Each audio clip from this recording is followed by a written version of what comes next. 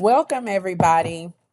My name is Daniela. I'm excited to talk to you about this session today. This is a session that has been doing very well, and a lot of people love it. So I love to see that this is really helping everyone. My name is Daniela. I'm excited to talk to you about this session today. I forgot I had my sound on. Welcome. I hope everybody's having a really good day. So make sure that you have your sound on and you want to make notes. I will probably be taking this down shortly, so make sure you make notes. I want to make sure that you guys get a lot out of it. If you want to book a diagnostic call, be sure to let me know. I have a link in my description or in the comments. I don't mind if you ask questions. Today's session should be short, sweet, and to the point. So again, once I say welcome, I have hiccups.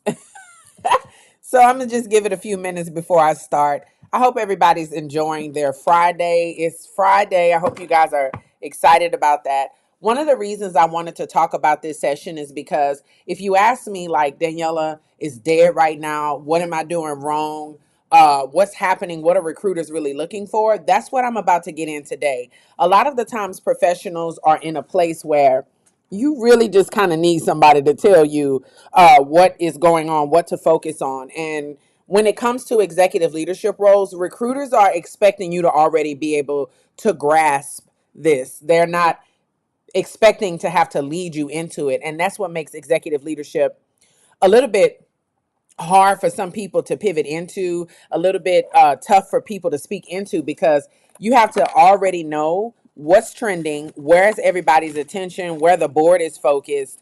Because as you know, in corporate America, the board runs everything, right? Okay, so I'm about to switch mics. Give me a second. I think. Okay, and I'm not. Okay. So, like I said, a lot of the attention from the board is very critical to uh, corporations right now. If you do not understand what I'm about to cover and you're trying to pivot beyond 200K, it's going to be very hard for you. So make sure you get something to make notes, because we are about to begin. This is us going over the $320 billion risk. This is in demand right now. Before I begin, I want to say this. A lot of professionals in this market are being very generic. You can't just go out and say, oh, I know risk management, risk planning. We're not in a market where recruiters are hunting for buzzwords. You have to solve a core problem. We're also in a market where some organizations are even taking it as far as fake, like posting jobs as if they're hiring, just so that their competitors can feel, like, oh, they must be thriving if they're still hiring. But in reality, they are struggling as well. And so if you really do want to attract the attention of the corporations that are actually looking for someone with your level of skill or talent, you have to speak right into the problem that these organizations are facing. Without that, it's going to be hard for you to make the connection. So I want you to focus in on specifics. It's no such thing as just you are risk. Risk means a lot of things. You can talk about financial risk, operational risk. Every organization is focused on a different type of risk. But globally, this is the type of risk that we are talking about on a national stage, okay? Again, if you are targeting 200, 250K executive leadership, VP C suite, your language needs to be specific to what your skill set solves, okay? First thing on the docket is geopolitical risk. I cannot stress this enough. Geopolitical risk means the impact of political instability, regulatory shifts, global conflicts, and power dynamics on supply chain, markets, and corporate strategy. Okay, so it's everything does not revolve around the United States.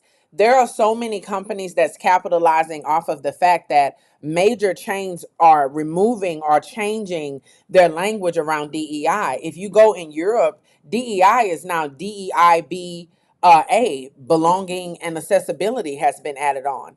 And so what we're finding is where corporations in the US have stripped away DEI only to look at their global competitors say, well, we're going to mash the gas on it a little bit harder. This is geopolitics. Global politics impacts the way businesses operate. Disney is not just in the US. Apple is not just in the US. I believe that Apple said that market share, that China makes up 1/3 of their sales or market share. So what other people in other countries perceive you as, it really matters. Amazon has to manage geopolitical risk. They have headquarters everywhere. They have to constantly have a pulse on human rights in each country that they're doing business in. And so when you're talking, my question to you is, how much of are you addressing about geopolitical risk? When you're introducing yourself, hey, I do risk management, I manage risk frameworks. What does that even mean? It's generic. The recruiter hears that you're not getting to the point, so they're going to go to the next person. This is a lot different than someone saying, hey, I'm Daniela. I come in on the ESG front, managing the geopolitical scale and the geopolitical risk of ESG, looking at how we measure up in our European territory, South America, the US, and China. So if I say that, it's like, okay, she has a global perspective of how her skill set applies. She has a global understanding of her skill. That is what we mean.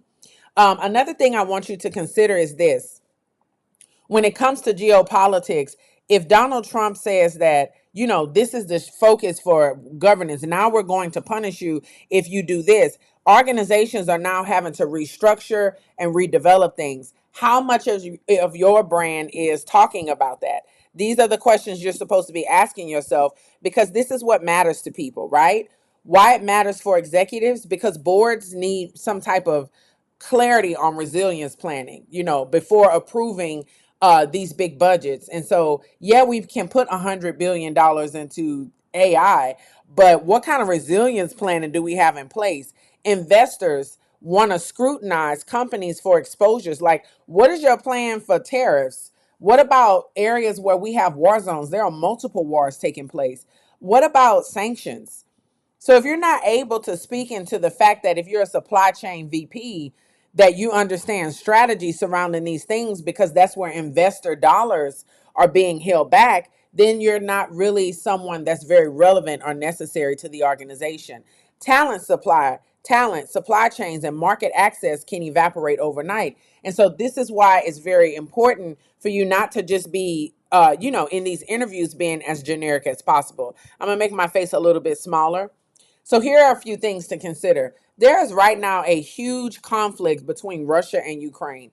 A lot of energy companies are dependent on this area. This is an area where we're seeing supply chain bottlenecks and inflation shock organizations that do business in these territories, or they cross function there. Okay. Also, it's not about, well, my company isn't in Russia or Ukraine. Right. But if you have a partner that borders that country, they're impacted by this. And so are you talking about how to secure diversified suppliers and different diverse energy contracts in the event that this war continues to expand and possibly impact the area where you are doing business? U.S. tensions with China. So if you work at Apple, how are you maintaining on the risk forefront the tensions between the U.S. and China, right? What kind of trade restrictions? How is that impacting the bottom line? And the list goes on. Middle East instability.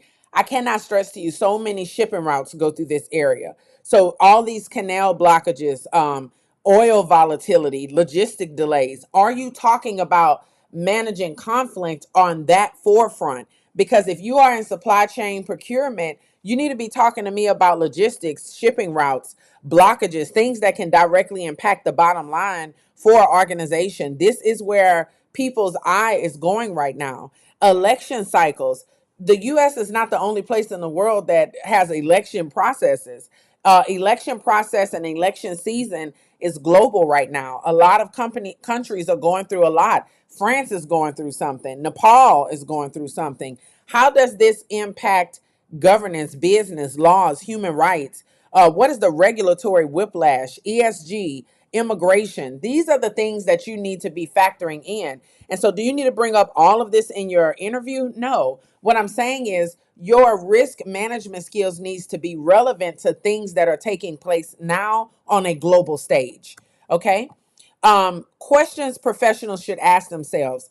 Can I explain the top two geopolitical risk impacting my industry? Right now, I come from oil and gas, is oil volatility. And another thing is like governance and how is that going to impact us? How is that going to impact ESG when the president is kind of anti ESG ranking, right?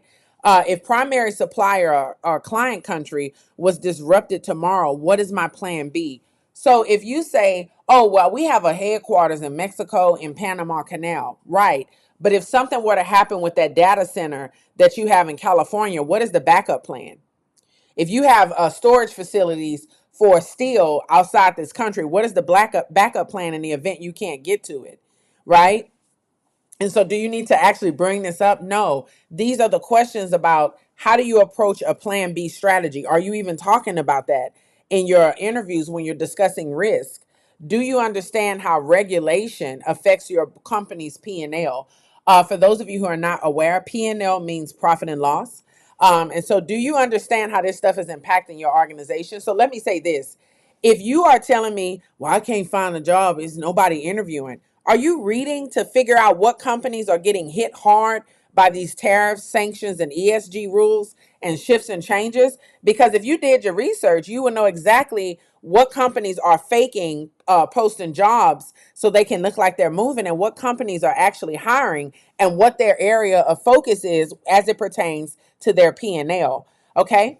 How do I communicate resilience and adaptability in my interview without sounding generic? And what, again, how are you discussing yourself as a leader, managing risk, backup plan strategy, resilience, adaptability on a global stage? Okay. So that's what we're looking at right now. If you're in tech, the questions that's going to come up is data sovereignty. Basically, where's your data being stored, right? Supply chain compliance, handling vendor risk. These are the things that you need to bring to the front part of your brain and to the front part of the interview, right? Another thing I want to talk about is why the market feels slow is firms are hiring Firms pause hiring and growth until they know how risk will land. So the job that you are interviewing for is going to depend on your ability to communicate your comfort zone and your expertise surrounding global politics around what you do. Does that make sense? If it doesn't, ask me questions in the comments. Boards shift from expansion to fortress mode. Okay. What I mean by that is, have you ever heard of contingency? Okay, then above contingency is something called reserve. What frameworks, processes, and steering teams or committees do you have to go through before you get to that? Right? So do you understand what it means when companies are in fortress mode, when they're resilience testing? If so, you need to bring that forward and from your skill set.